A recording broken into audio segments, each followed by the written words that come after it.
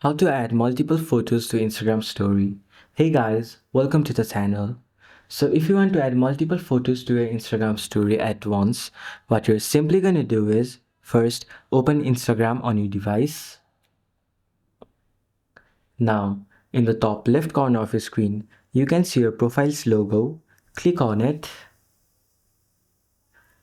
Then over here you can see all the photos that are on your camera roll.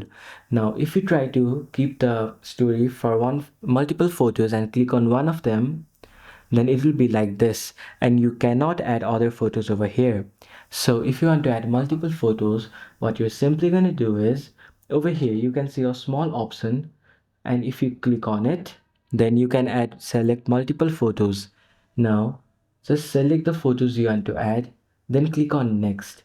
Now you will be presented with the option which are layout and separate.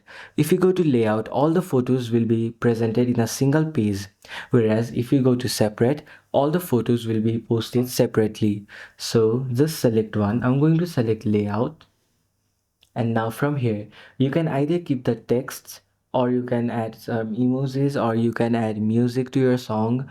And then what you can do is you can either post it on your story or your close friend story. So this is how you can add multiple photos to your Instagram story.